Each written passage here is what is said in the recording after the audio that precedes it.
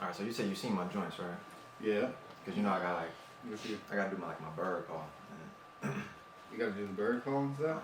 You know, I mean, He called you a cowboy. What did he mean? What are you? No, I'm going to kill you. Just a humble bounty hunter, man.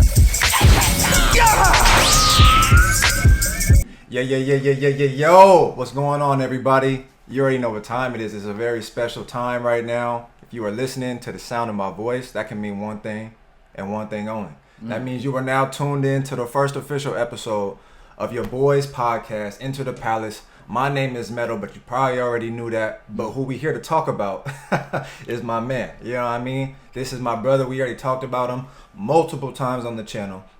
Y'all already know a major influence of my style and everything that I do with my dance.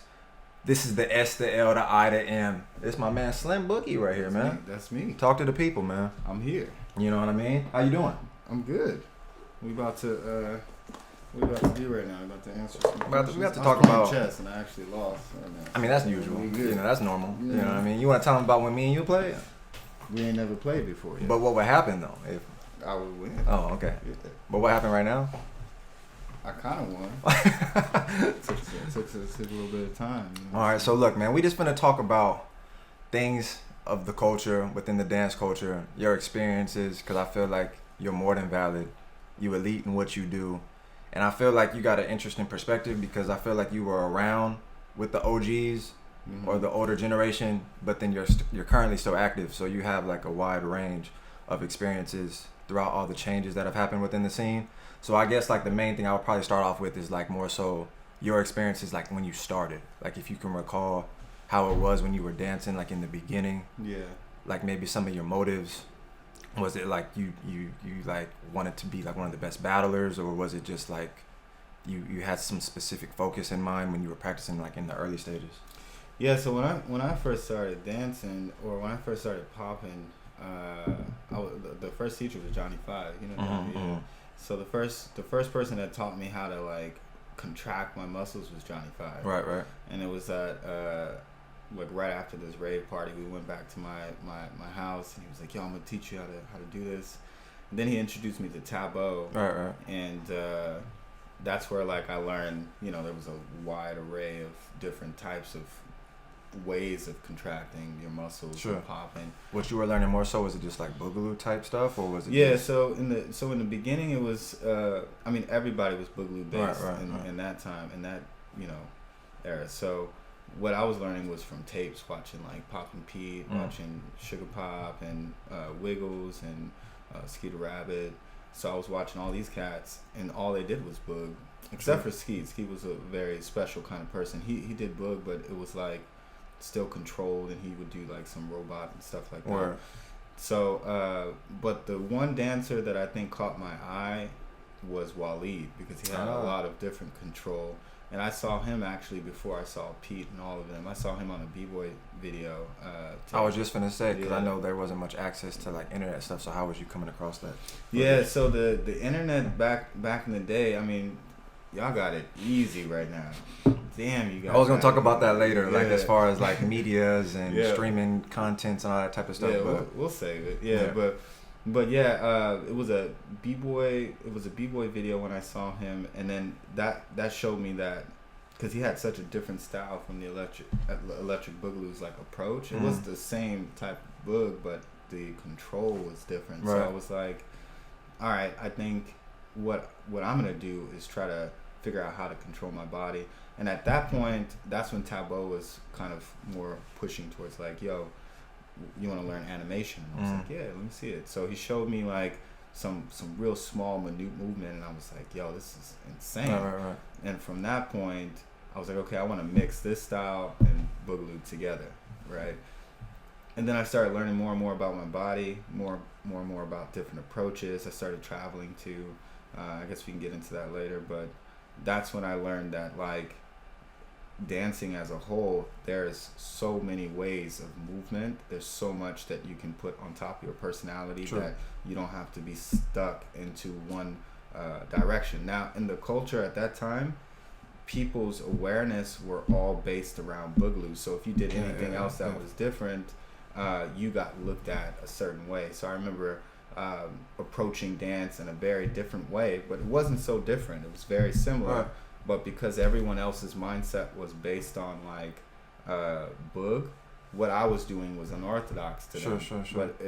But as the years went by, what I was doing was no longer unorthodox. That people started to understand that, like, oh, I see there's these different movements, but it's similar to boog, but it's not what we're doing. Because I recognized that a long yeah. time ago, where Yeah. it's like the way that you moved, especially like when I first saw you when it was IBE. Yeah. I think it was 2009.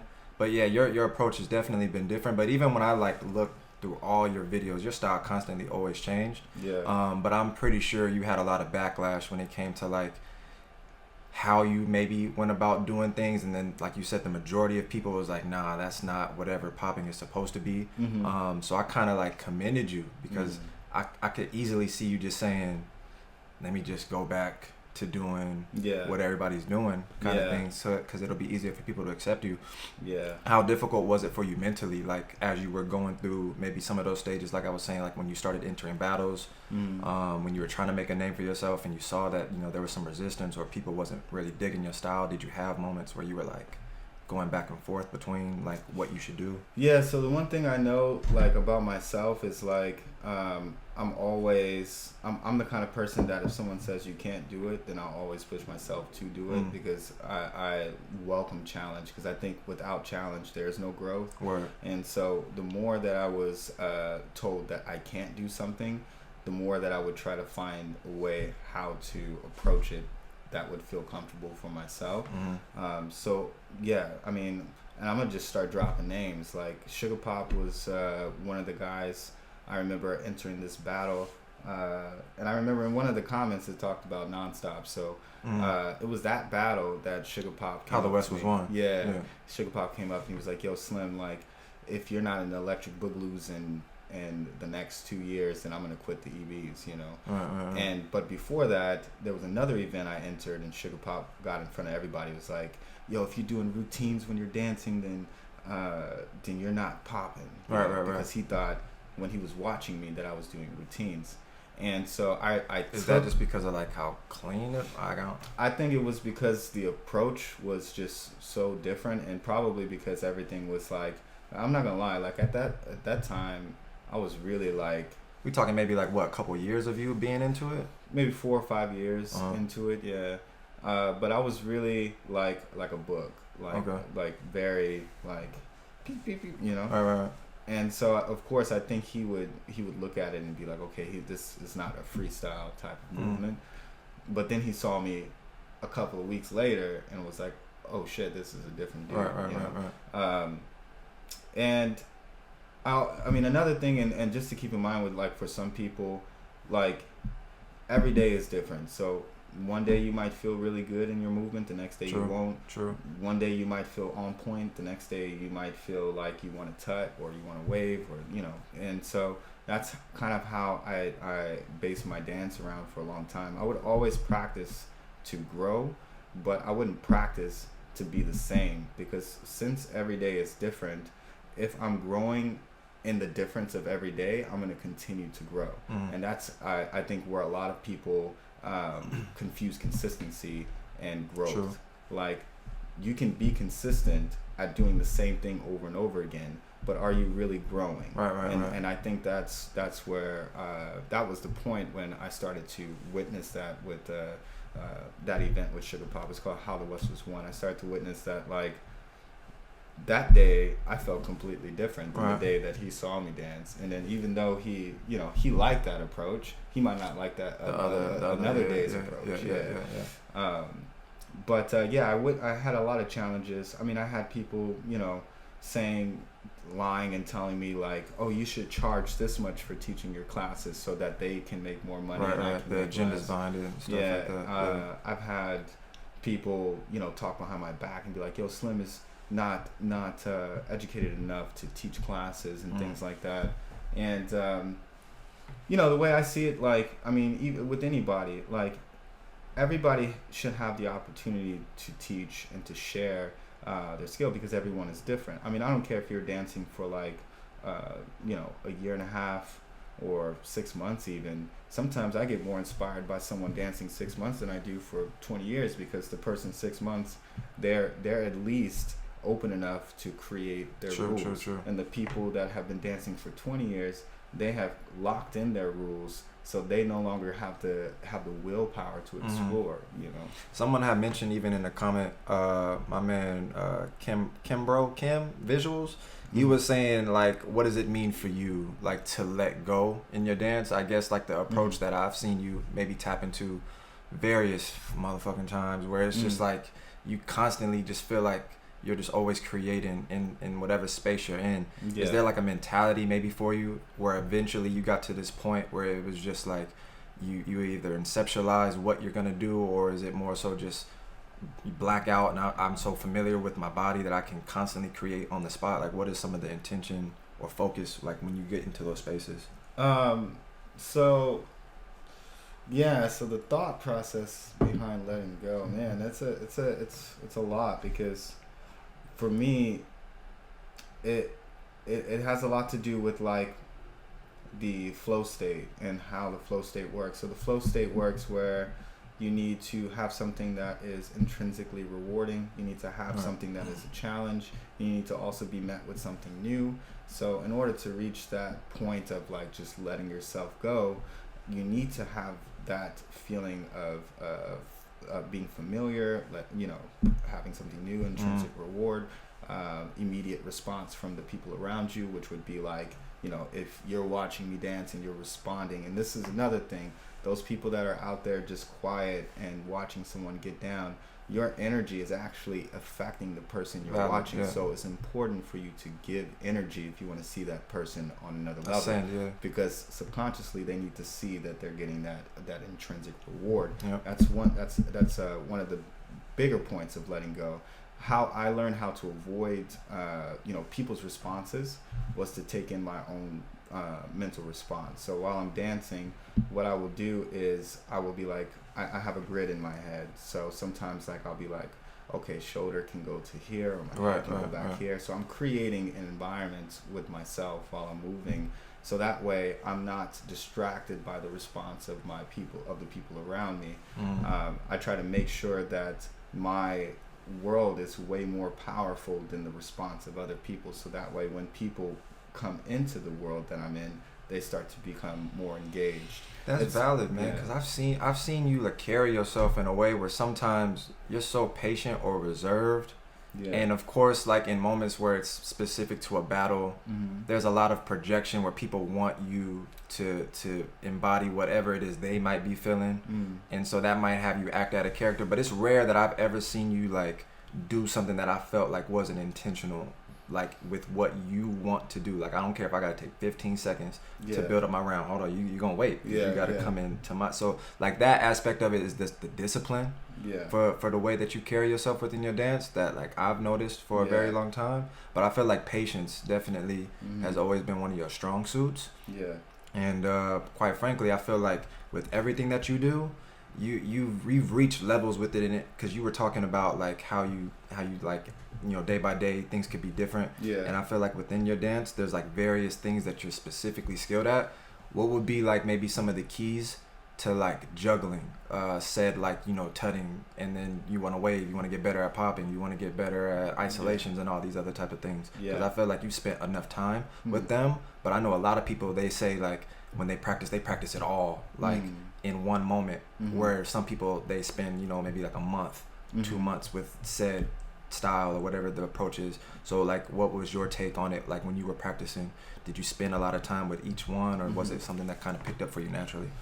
So I want to like, that's a good topic to talk about. Like one of the things I want to remind people is that there's a difference between like practicing, sessioning, and labbing.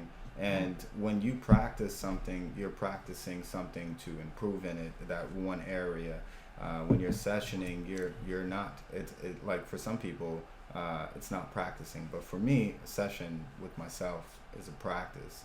It's a way of training. And when people lab and stuff like that, that's literally them just running through ideas over and over again, and just doing the same thing over and over again and trying to build on it. I don't really take in a part of practice or labbing. I do more sessioning with myself, and the reason why I do that is because I don't want to get content in one direction. Sure. The more that I do one thing, the more subconsciously that starts to sit in me, and then I will continue to do that one thing over and over again. And you don't want to get stuck and complacent. There's a lot of people that do sets in their movement or in their dance, and eventually over a course of a few months, people are going to catch on to your set. I actually did something with one of my mentees where I had them watch a video of someone dancing, and you can count from 1, 2, 3, 4. They'll do upper body, then 5, 6, 7, 8. They'll do lower body, and they'll continue to do that. You might, I mean, the people watching, I mean, you can watch people dance, and you can actually count how their sets will be, and it's readable, y'all. That's a dangerous thing, because then now you know their methodology, you know how to pick up their methods.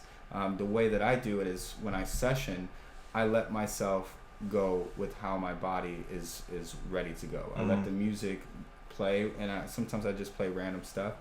And if I feel like tutting, I'll start doing some tutting movements. I'll take my time. I'll let my angle, be where it's at, and then try to adjust my body and fix it while I'm dancing. So I'm not like, okay, 1, 2, like this. I'm adjusting my body and letting my body kind of find different things, because now you're going to be more familiar with those different movements over time. The more you're moving, the more your body starts to be familiar, your mind starts to be familiar, the more you're familiar with your environment. And what that does is when I get into a place where it's around a lot of people, your brain doesn't forget. It's like a hard drive, right? So your subconscious is like this thing that just picks up all this information. It's like a very powerful hard drive. You never forget what it is that you did. You'll always remember it. What happens is the less that you practice, the less that you train with yourself or session, the less that your body is going to have that feeling. But your subconscious mind doesn't forget anything. So that means I can do one thing and my subconscious mind remembers it. I don't have to keep doing that one thing over and over again. That's I think a myth that a lot of people think they need to do. Oh, I need to practice this over and over again. No, development doesn't work like that. Actually, when you lift weights or when you do push-ups and stuff like that, the more push-ups that you do, it eventually you already outweighed yourself. So those push-ups no longer really matter. You have to do more push-ups, right? So that means that your body is getting used to already doing that thing. The same with movement. Your body gets used to doing the same movement over and over again, where you need more and more.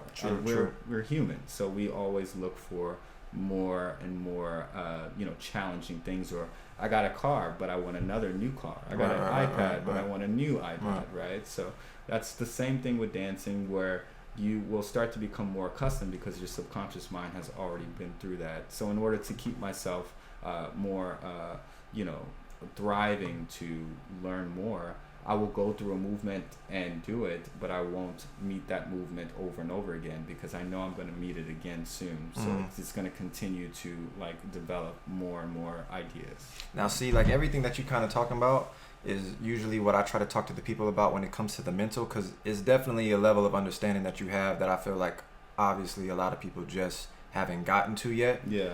And with it being the way that it is now, do you feel like people within popping can still, it's obvious people can still reach that point, but do you feel like it can get to that point, or in most cases do you feel like it'll just stay kind of like the way that it is, and people will just shelter themselves in said foundations and not really expand it to grow so that it can thrive and continue kind of joint? So the way I see popping is that popping is dancing with the hit to the 1 and 2 of the music, right? So popping as a style is a whole nother subject that we might go in on another one. And generally, popping in the 70s and 80s, it was different people. That's why they had different names. Ticking Tony, popping, whatever, Boogie Sam, because they all did different types of styles. it's an era of movement. So when you get into like the 90s, hip hop was hip hop, right? But there was a lot of different type of people doing hip hop. Then you get into 2000. So the thing with the eras is that we take a movement from an era and we just put it in a collective. So people put collectively waving, tutting, animation, all these things under the category of popping, but popping is actually a style in itself. Just spice up, right. And Boogaloo Sam were actually doing that in that era, and a few other people. The same with like Oakland Boogaloo and stuff like that. Word. It was their era of movement. So what I think a lot of people misunderstand about styles is that in that era, they had their own type of thing that they used to do. Word. And we're trying to do those things, so we're thinking all of it is collective. But no, you're picking different styles. As far as like today up until the future, I feel like unless people have a general understanding that these styles existed as their own entities, we're not going to see a strong development in those things, because people think that popping is waving this and this and this, but it's not. If you just develop inside of popping, it will definitely grow. If you just develop inside of waving, it will definitely grow. But because it's collectively it's misinterpreted as this thing that is like all of these other styles connected, it's not going to develop or reach a point to where it can actually grow. It will always stay in that same place. Popping will always be like in the same place, because people think that this is the only this is the core basic foundation. True. It won't reach its development. True. So I know you mentioned, even when you talked about Tabo, and it was interesting to hear you talk about Waleed. So when it comes to some of the influences for you then that pushed you, because as I was saying, throughout the years, it's apparent for me that I could always recall, almost like I can see how you were dancing, or like maybe what you were wearing at the time, and I can kind of give it like a specific year, but your style constantly always changed. Yeah. So for you, did you have like specific influences as you were traveling, like how you mentioned Waleed, or was it more so just like obviously you can be inspired by like anything. We've had talks about like different ways that you like cultivate movement, but for specific people, was there like people in mind that you recall that like definitely had a influence on your approach? When I first, one of the first guys that I really looked up to was what's his name? Legend. Yeah, that was one of the first ones. Beast Slayer? I used to dress like him and everything. I used to wear like the red don't get me tie. started. Yeah. I used to dress like him, and then I think that went on for like a year, and then after that, I had nobody that I really looked up to, because then I started to recognize that everyone was so unique and different that I was like, oh shit, I want to learn how to do this, and I want to learn how to do this, and I want to learn how to do this. So it just started to make more sense to me that everyone is so different but so unique in what they do, that I should also be that way in what I get you. I should take on the creative ways of, okay, this is really dope. Let me see what I can do in my way. That's valid. That's how development started. And I mean, it kind of makes sense to why some people will see older videos of me up until today, and that there's a significant difference in the approach, or like the style, the way that I dress, is because during that whole time I'm trying to find what it is that it significantly makes me different, or makes me feel comfortable. I mean, I've always been like that. Yeah. No, that's valid. So then, say with your uniqueness, right? As I shift to this specific topic, everything right now has just been focused on self. So then eventually you start joining crews and whatnot. So then how did you even get put on with MGF? So Machine Gun Funk, at that time, I think there was a high demand for crew members from like ABM, which is J-Rock's crew, Machine Gun Funk. Who else?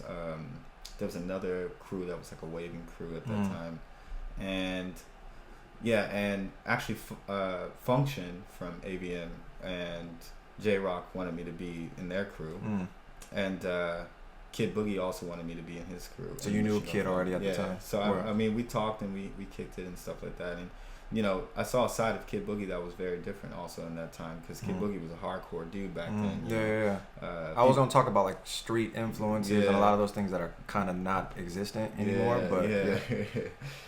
So I had some choices to make for myself, and Machine Gun Funk was also a crew I was well aware of in that time, because they were the first crew that made like a DVD, and they were one of the first crews that was actually traveling outside of the country and making big moves and making noise in the community. Actually, shout out to MGF, because I mean, if it wasn't for that crew, I don't think a lot of people would be trying to push to go overseas. Jay Smooth was traveling, Kid Boogie was traveling, Bionic was traveling. Definitely want to get insight on all those events and stuff that y'all hit. Yeah, they were pushing really hard, and they actually paved the way for a lot of the younger generation to have a chance to go, because before it was just Pete and the Electric Boogaloos and stuff.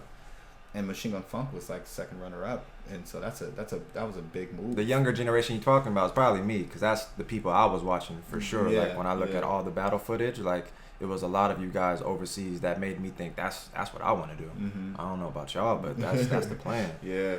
So I mean, I definitely chose Machine Gun Funk because of all of the different trademarks that they were putting all over the world, and they were able to hold ground and be significant and always consistent with what they were doing. So I was like, yo, this is a crew. ABM was a dope crew. J Rock was dope. Right. Yeah, for sure.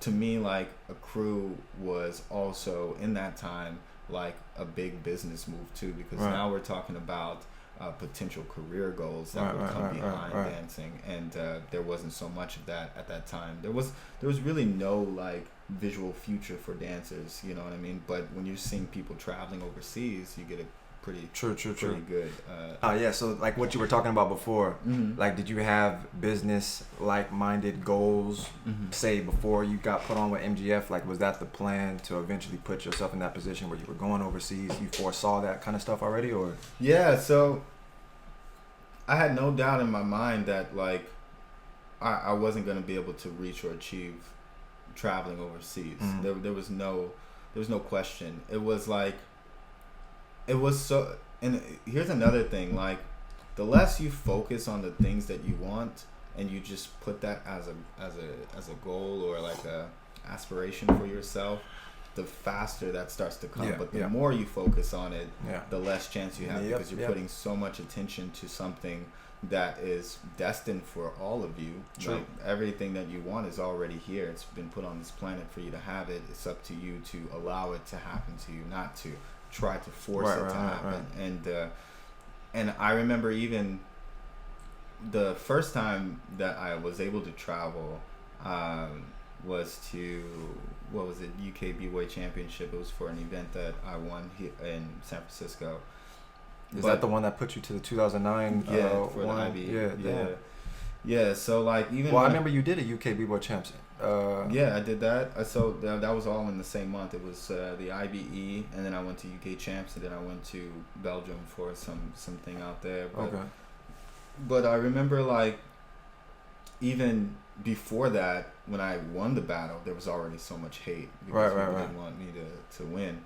But I didn't have any doubt that I wasn't going to win this battle. It was like no fear, no doubt, nothing. I think that the only time I have doubt is when I couldn't overcome my own consciousness. When it was during that time of someone that I really look up to, like Pete or Wiggles is judging, and I'm dancing in front of them for the first time. That's when doubt would come in. And over time, doubt just started to dissipate, because it was no longer a fear factor of like, oh, this is someone I've seen on videos. It was more like, hey, this is a person. So actually, I don't even have any fear of, I can meet Beyonce right now and just be like, hey, what's up, Beyonce?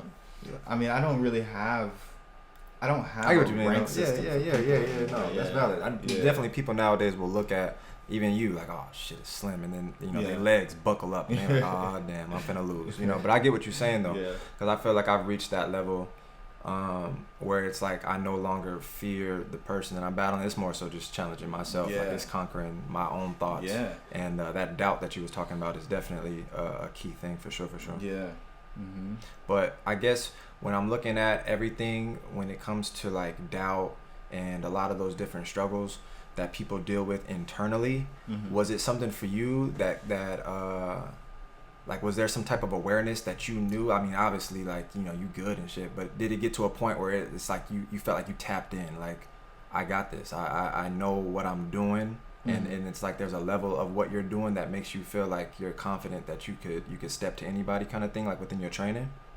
So there was a few times, like even one time we practiced, we were at the lot, and I think it was me, you, Kumse, and some other dude, some Chinese guy, I think, it was Taylor and his friend from China, and we were dancing, and that was probably one of the first times that I hit the flow state, which was that both conscious and unconscious state of mind where I was able to kind of traverse between knowing what I'm doing and allowing what I'm doing to just happen. Right. So I was able to like go back and forth, and actually in the battles, it was very rare that I ever had that moment of flow. There was only like maybe 4 or 5 times that I've ever reached it where I was like, shit, I can do anybody right now.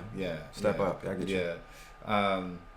But I always welcome things pretty, like I said in the beginning of this, was, you know, I welcome challenge pretty openly. True. So I don't really have like a limitation to like, you know, to letting those things kind of come in. The only time that I can think of that, you know, might have caused a stop or pause in my way of approaching, you know, the battle scene was probably UK B-Boy Championship 2010, I think it was. Yeah, that was the only time. I think me and Nelson battled, and at that time I had got so much respect from 2009 that when I entered that battle, I was just kind of like, oh, okay. Right. Yeah. But that was the only time. Other than that, you know, most battles are met very much with challenge, and then I have, you know, obviously like I said, reached a state of flow maybe 4 or 5 times, but everything is pretty like this. Because I was gonna ask, how did you deal with that all those years? Because I know you've probably, you know, pulling up to all these different events. You know, your name is getting bigger and bigger and bigger, and people are expecting more and more out of you. How do you deal with some of those pressures where it's like, you know, people want you to damn near pull off the impossible, and they want you to, you know, I know you already talked about like you don't really allow people to dictate, you know, how you dance, but was there periods of time where it was like you felt all this pressure because of your surroundings and, you know, your name and everything like that?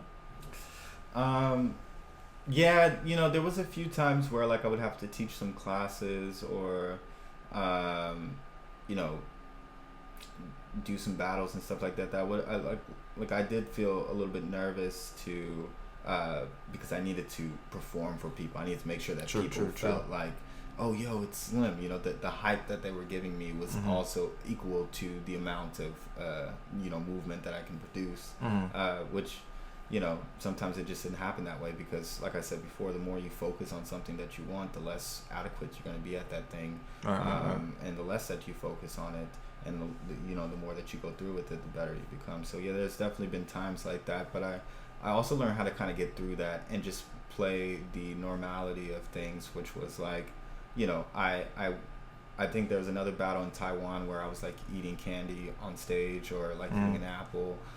There's been quite a few times where I just go on stage and I just kind of, you know, be normal. And I think doing that gave a sense of comfortability. So those things of people that would be, you know, idolizing me and stuff like that, I would not have that same mentality. Even when people would be like, oh, you know, Slim, can I please take your picture? And I'm just like, yeah, of course. You know, don't treat me like I'm, you know, some god, you know. And, you know, even in China, they would, you know, call me master or teacher. Instead of that, like, I would call them, you know, I would be like, yo, bro, you know, you can call me bro, you don't have to call me master. There was one more thing, too, that I wanted to briefly talk about. There was a time in China where there was a big competition that they had, and on the top 16, that they had all the people from the top 16, you know, after the next day we're supposed to just go and do another battle. But during that battle, there was no ciphers, there was no sessions, no talking to people. And I was like, yo, this is really weird, you know? So I told the organizer, I was like, yo, tell everyone from the top 16 to come to my hotel so we can get down in session together. And he was like, are you sure about that? I was like, yeah. And he was like, yo, like some of the parents want to come. Is it okay? And I was like, yeah, of course. So they came. I had like my little the little Newmark, the controller, little DJ thing, and I was like, yeah, I'll play some music. So I played some music and stuff. We got down and we chilled, and it was the first time that they had ever done something like that. Yeah. And that showed me already how far away from actual culture we are. True. When you can't even just get down with people and share. True. Everybody's trying to hold back their moves because they think that they're their moves. Once you put that shit on social media, it's no longer yours already. That's another thing. But yeah, everybody wants to hold back their moves and be like, oh, right. Show reserve my it. stuff because somebody's gonna try to steal it. Look, I'm gonna be honest with you. Second you put it out, someone's gonna steal it. But the beautiful thing is, the more you put out, the more that you will start to learn more. People will always be behind you. They'll never be ahead of you if you're trying to strive for more. That's valid. If you hold yourself back, you're just doing yourself worse. You're allowing the people that are around you putting their stuff out to keep growing. You know. What do you feel like is missing more so now then? Because I kind of talked about it with the culture. I mentioned it to you before, where it just feels like it's dead, or it doesn't feel like. I mean, before COVID, you were putting on the weekly classes for $5.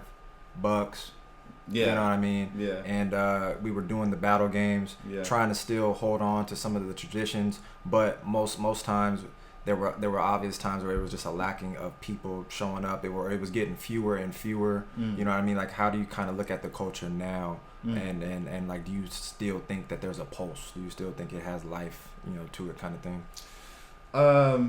Yeah, I think that there's still hope for the dance community and stuff like that. I mean, that's what we're here for too, And part of my goals is to make dance, or street dance, an art form that is profitable and built around an ecosystem that people can actually make a living doing.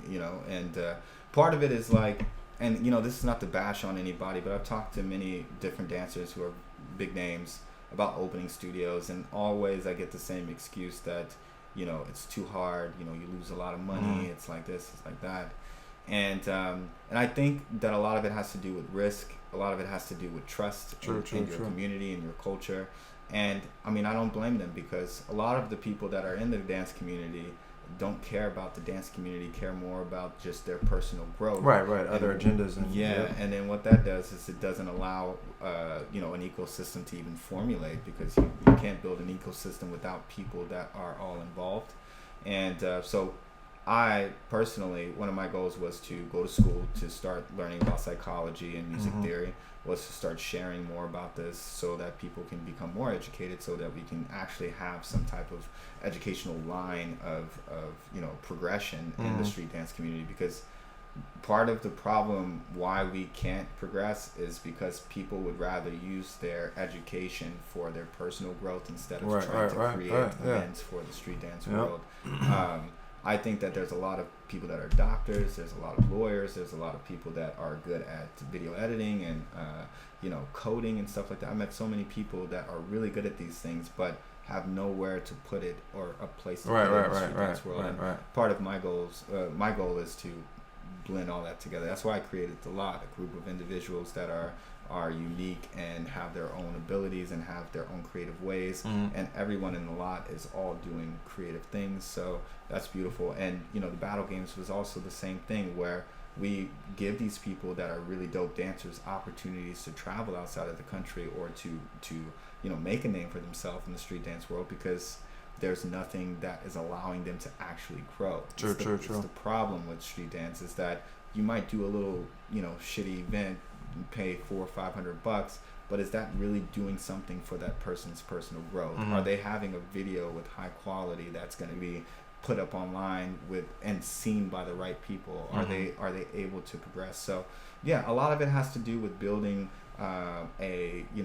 administration around, like, hey, these people, there's a group of people that actually care about the community. There's nothing like that right now. We have individuals that care, but it's not a group of people that are collectively just dedicated to creating growth for the street dance community. There's nothing like that. But You look at ballet, you look at contemporary, you look at moving as a unit. any other style of dancing. They all have an administration or a group of people that care so much that they literally direct all of those different categories of dance. Even in the choreo world, it's the same thing. I mean, there's a reason why you drive to LA and there's like 50 different choreo studios. There's the owners of the studios, and then there's the administration that actually makes that stuff kind of work. That's valid. That's valid. I mean, would you want to then, as a closeout, tell people about Deconstruct? Of course. You know what I mean? Go ahead and shout that out. Talk about what the people is missing. Yeah, so Deconstruct was an idea that I had, like a class that I had to, try to teach people something a little bit, or in a way that's very different. I think that we learn things very uniquely. I think that everyone has a unique way of picking up information, and it's proven, we all kind of relate information differently. Like if I teach someone how to move their body, they might in their mind have a different internal monologue. They might actually talk to themselves. They might just see patterns. They might just see lines. And people think very, very differently. So what I try to do with Deconstruct is take portions of my movement. So I'll do like a kind of solo, but related to a specific category. So it'd be like dime stop. So I'll do a solo only using dime stop to a specific type of music, and then what I'll do is use my voice to elaborate, as well as like some editing to elaborate what this dime stop does, what this kind of movement is, why I move the way that I do, and also discuss the benefits of that movement and how to further expand it with your own movement. And I think that, that's just one category. I also go deeper into creativity and, a bunch of other stuff, footwork and things like that. But the overall idea behind Deconstruct is to give people a personalized approach to my art, because I think that there's a lot of people that watch me dance and they have no idea what they're looking at. Or there's some people I've seen that. Yeah, there's some people that can actually like figure it out, and they can be like, or they even one guy, he was like, yo, I was watching your dance and at Just Debut, and here's what I got from it. He wrote a full-on story. You wrote your whole little paper, huh? Yeah, story of like a storytelling thing. And I was like, no, I'm not actually storytelling. Right. But it's dope because he took that. That's his interpretation of what you're... Exactly. Yeah. And that's what art is. I mean, if you go to an art gallery, everyone's going to look at that one painting completely different than the artist that put that painting out. And that's the beauty of art, and that's what it is that we built, and Deconstruct is based around that, on how to create your own art, and by using myself as an example, not trying to teach you how to dance or step like this or like that, but teaching you the ways of creating simplicity and complexity with those movements. Where can people find that at? You can either go on to Slim Boogie's Vimeo. You can type in Slim Boogie Vimeo, and you'll definitely find it. You can also check out my Instagram, SlimBoogie777, and if you want to send a personal email because you want to do privates, SlimBoogie777 he does it all. at gmail.com. But don't forget, I'm his first student. You know what I mean? 15, 16, first time. 17 years. I'm just going to read some questions from the people before my camera shut off. Okay. Let me see. So let me message this dude real quick. Right. Yeah, you can go ahead. I'm just saying, I'm trying to read what they wrote. So from Dragon Ford, he wants to know, what would you say to other dancers such as yourself to keep them afloat, like in the business side of things? Because I feel like a lot of dancers struggle trying to figure out how to make some money, put some money in their pocket to stay within it. So what was the question? He said, what would you say to other dancers such as yourself to keep themselves afloat, like within the dance, like to like, is there opportunities that you see from your experience that people could be engaging in to be able to live off of this instead of people feeling like, man, well, I gotta go get a job because this ain't gonna make it for me, type of thing. I'm not gonna lie, man. There's a lot of challenges that come from loving something and just wanting to do what you love, right? Everything takes balance. You need balance, both positive and negative. Definitely. Without the balance, you're not going to be able to progress, right? So the negative could be that you have to work a little 9 to 9-to-5 job. I had to do it too in the beginning, where Yep. like I was working 9 to 5, and I would actually work a graveyard shift, and I would practice during the graveyard shift.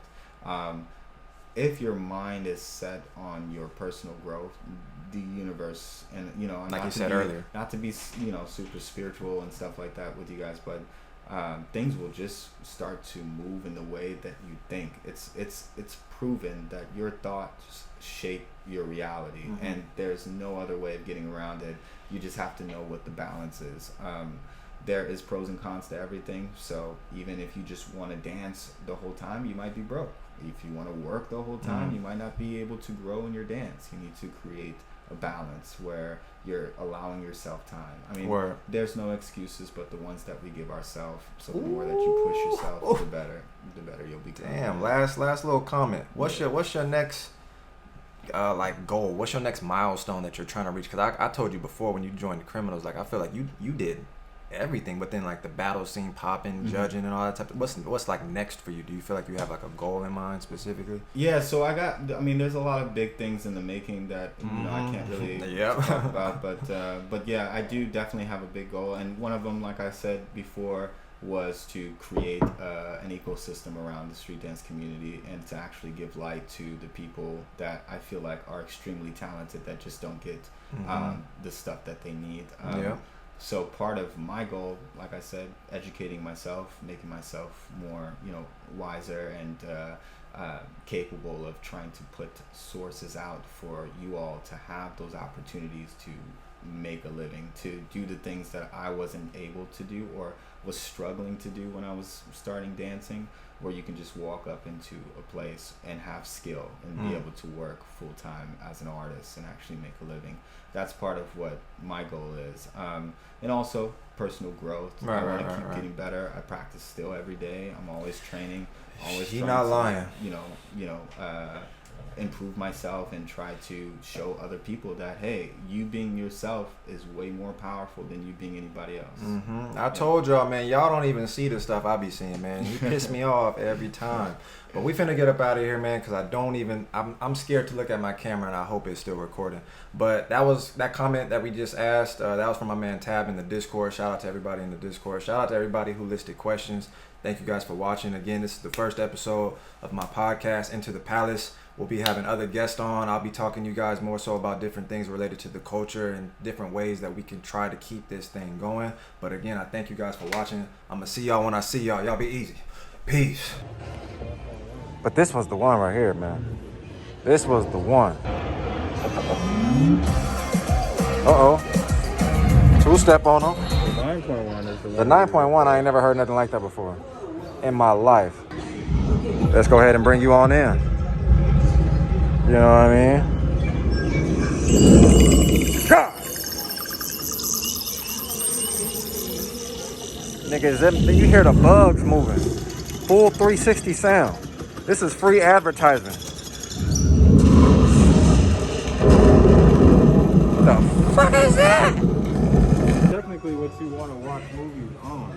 And it's like you can have that kind of a base and people, they still won't be able to be on beat. So look, man, we finna take the people on a tour with us, man. We trying out these sub woofers, you know.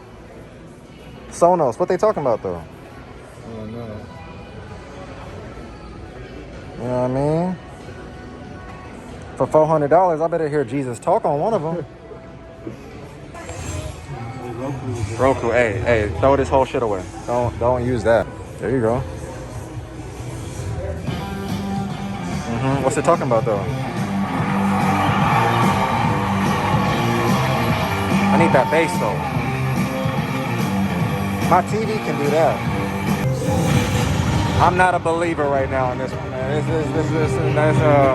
Shut it off. Yeah. Did we play these before? Oh, this took a straight shit and turned off.